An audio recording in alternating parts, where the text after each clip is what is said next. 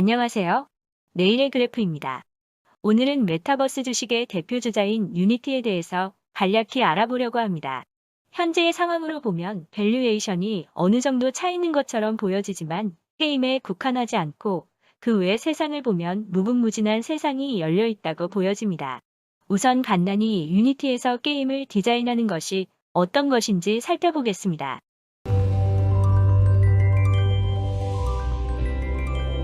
Games can actually communicate stories in a very effective way and get me to feel something quite profound in a way that I thought only really good films or really good books could help me feel. But basically making games is really complicated. Speaking from experience, yeah. Oh, yeah. Yeah, no, it's super hard. It's part of the reason why it's fun as well. In Unity, you can basically do anything. This is one of those points in time where you shift from creativity is to some extent restricted by having the money to be a company to afford to make something to, oh, actually, this creative medium is available to everyone. Game engines, it's a tool. It's a tool to make and monetize video games. For years and decades, really, if you wanted to make a game, your only option was to work for a company and you could use their proprietary technology. Or you would have to pay, insane amounts of money to license a game engine that existed. Unity really lowered that barrier to entry. 유니티의 사업부는 크게 크리에이트 솔루션, 오퍼레이트 솔루션, 그리고 전략적 파트너십으로 나뉘어집니다. 크리에이트 솔루션은 개발자, 아티스트, 디자이너, 엔지니어 등이 생동감 있는 컨텐츠를 제작할 수 있는 도구입니다. 조금 전에 영상에서 보셨듯이 예를 들어 게임 개발자는 이미지, 텍스처, 3D, 사운드, 캐릭터, 건물, 자동차, 물체 등과 같은 컨텐츠를 작업 공간에서 드래그 앤 드롭을 통해 쉽게 통합하고 구현할 수 있습니다. 게임이나 만화, 영화 이외에도 예를 들어 자동차, 건축물 등 어떤 제품을 간접적으로 경험할 수 있는 3D 제품을 만드는 데 쓰이는 소프트웨어입니다. 기본적으로 이 소프트웨어는 관련 매출이 10만 불이 발생하기 전까지는 무료로 사용할 수 있습니다. 학생이나 영세 개발자는 무료로 이용을 할 수 있고 대형 게임 스튜디오나 기업은 플랜에 따라 유료 구독 서비스를 이용할 수 있습니다. 이 낮은 접근성 때문에 전 세계에서 무려 150만 명 이상의 크리에이터들이 유니티를 사용하고 있습니다. 유니티를 사용하기 위해서는 트레이닝도 필요하기 때문에 한번 사용하기 시작하면 다른 엔진으로 전환하기 쉽지 않습니다. 기존 고객들의 매출 증가율을 보여주는 고객 유지율은 무려 144%를 기록하고 있습니다. 오퍼레이 솔루션의 가장 큰 비중은 광고 매출과 라이브 서비스입니다. 유니티를 기반으로 만들어진 게임 내 팝업처럼 뜨는 전면 광고나 게임 플레이 과정에서 특정 행위를 하고 보상을 얻는 보상형 광고, 모두 게임의 일부분처럼 부드럽게 작동하기 때문에 유니티 엔진을 통한 편집이 필요합니다. 게임 내 캐릭터나 배경의 광고를 삽입하는 광고도 최근 부상하고 있습니다. 라이브 서비스는 멀티플레이, 게임 이용자 데이터 분석, 게임 플레이어 간 커뮤니케이션, 보이스 및 텍스트 채팅 등이 있는데 게임 개발에 그치는 것이 아니라 게임 이후 필요한 운영 인프라도 모두 유니티 엔진에서 제공하고 있습니다. 이외에 전략적 파트너십 부분도 있습니다. 유니티는 하드웨어, 운영업체, 모바일 기기, 게임 콘솔 등의 업체들과 단연의 전략적 협업 계약을 맺기도 했습니다. 이 협업을 통해 업체들의 기기마다 별도로 프로그래밍을 할 필요 없이 상호 호환이 가능해져서 효율성이 발생하게 됩니다. 예를 들어 유니티로 만들어진 하나의 컨텐츠는 소니 플레이스테이션, 마이크로소프트 엑스박스, 애플 기기 등에 걸쳐서 부드럽게 연동이 됩니다. 파트너십을 통해서는 정액의 로열티 금액을 매출로 올리게 된다고 합니다. 각 사업부별로 매출 비중은 어떻게 될까요? 우선 2020년 연간 기준으로 봤을 때 총 매출은 7.7억 불이었고 이것은 2019년 대비 약 43% 증가한 수치라고 합니다. 이 세 개 부문이 매출을 보았을 때 크리에이트 솔루션이 약 2.3억 달러, 오퍼레이션이 약 4.7억 달러, 전략적 협업은 7천만 불입니다. 비중으로 봤을 때는 각각 29.9%, 61%, 9.1% 수준으로 크리에이트이 가장 큰 비중일 것이라고 생각했던 선입견과는 달리 후선 업무인 오퍼레이션을 통해 더 많은 매출이 발생하고 있습니다. 시킹 알파에서는 최근 3개년도 수치밖에 나와 있지 않아서 이를 토대로 보면 성장률은 나쁘지 않습니다. 2개 연도 모두 40%가 넘는 성장률이기 때문에 이 높은 성장률이 지속만 된다면 매우 긍정적일 것 같습니다.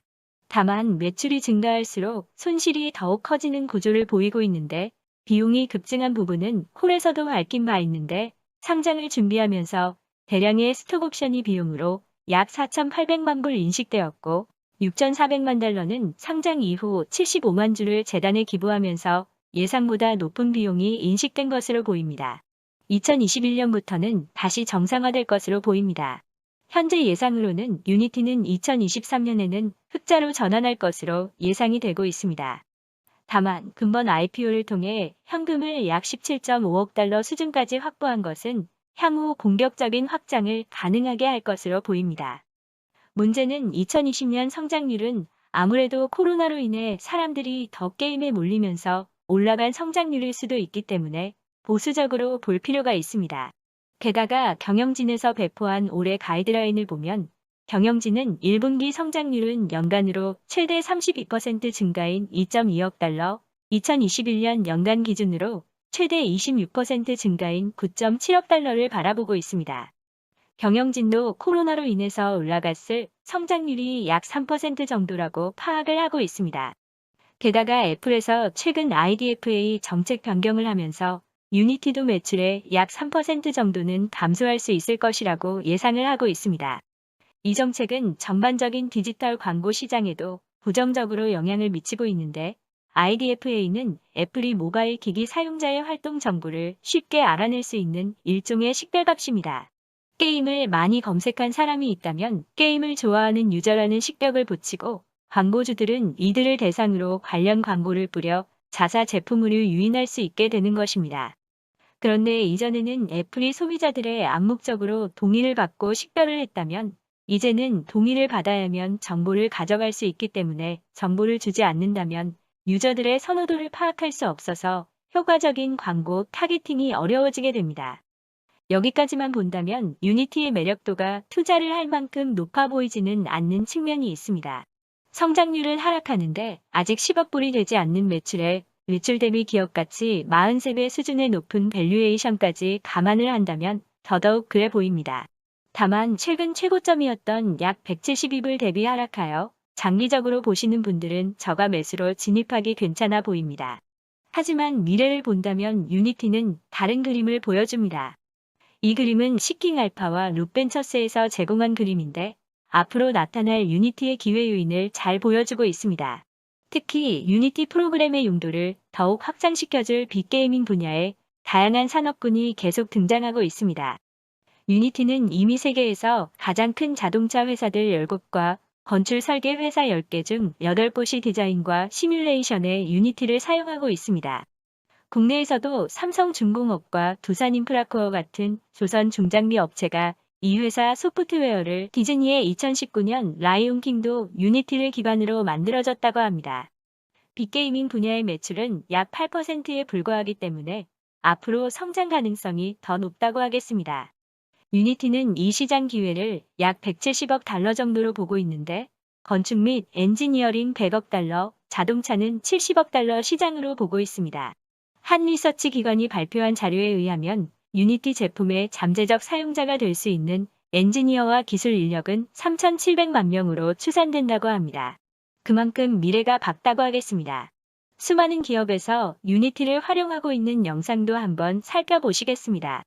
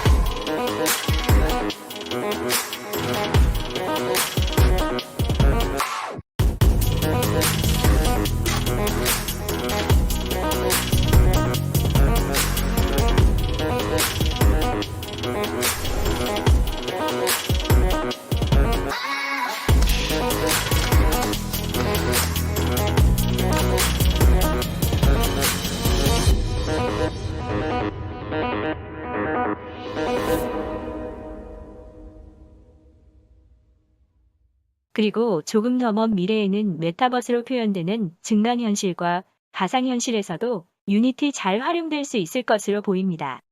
이미 시장에 출시된 AR, VR 컨텐츠의 60% 이상이 유니티 소프트웨어를 이용해서 만들어졌다고 합니다. 최근에 출시된 AR 플랫폼인 마이크로소프트 홀로렌즈는 컨텐츠의 90%, 삼성 기어 VR의 컨텐츠 90%는 유니티 엔진을 사용하고 있습니다. 다만 이 시장이 실제로 어느 정도로 커질지 아직 가늠하기는 쉽지 않기 때문에 리스크 요인도 있다고 하겠습니다. 또 한 가지 고려할 점은 일반 유저들의 활용도입니다. 저는 이 부분이 궁극적으로 유니티가 그리는 세상이지 않을까 싶습니다. 얼마 전 로블록스를 통해 보셨겠지만 굉장히 평범한 유저들이 게임 디자이너로 변신을 하여 수익을 추구하는 모습을 기억하실 것입니다. 인스타그램 등의 SNS의 확산으로 더욱 많은 사람들이 사진을 보정하거나 수정하는 작업을 수행을 하고 있고 포토샵과 같은 보정 프로그램이 빈번히 사용되고 있습니다. 유튜브의 인기로 저와 같이 평범했던 사람들이 동영상 프로그램을 만지고 있습니다. 실제 이루어질지 모르지만 메타버스의 시대가 도래한다면 사람들이 가상 공간에서 다양한 환경을 디자인하는 일을 하고 있을지도 모르겠습니다. 그때는 분명 유니티가 굉장히 많이 쓰일 것으로 보이고 네트워크 효과로 그 확산세는 더욱 커질 것으로 보입니다. 물론 아직 먼 얘기이고 이를 수치화하기는 어려워 보이기는 합니다. 마지막으로 한 가지 고려할 점은 바로 경쟁사인 에픽게임즈의 얼리얼 엔진입니다. 저는 경쟁도가 높은 기업을 좋아하지는 않지만 이 두 회사의 경쟁이 메타버스 시대를 더욱 앞당기는 촉매제가 되지 않을까 싶습니다. 두 회사를 간단히 비교해보면 가장 극명한 차이는 극실사가 필요한지 여부입니다. 얼리얼은 극명한 디테일을 보여줄 수 있는 용도로 사용되고 주로 많은 자원을 투입할 수 있는 대형사들이 사용한다고 합니다. C++ 프로그래밍 언어를 기반으로 하고 전문 개발자가 아니면 사용하기 어렵다고 합니다. 반면 유니티는 모바일 게임의 60%가 사용하는 엔진일 정도로 2D, 플래시, 기본적인 3D 게임에서 잘 쓰인다고 합니다. 낮은 사양이기기에서 게임이 원활하게 구동되기 위해서는 가벼운 프로젝트에 특화된 게임 엔진이 필요하기 때문입니다. C# 언어를 기반으로 하기 때문에 전문 개발자가 아니더라도 접근이 가능합니다. 유니티는 기본 교육만 받으면 사용하기가 굉장히 편리하고 무려 25개 플랫폼에서 지원하고 있습니다.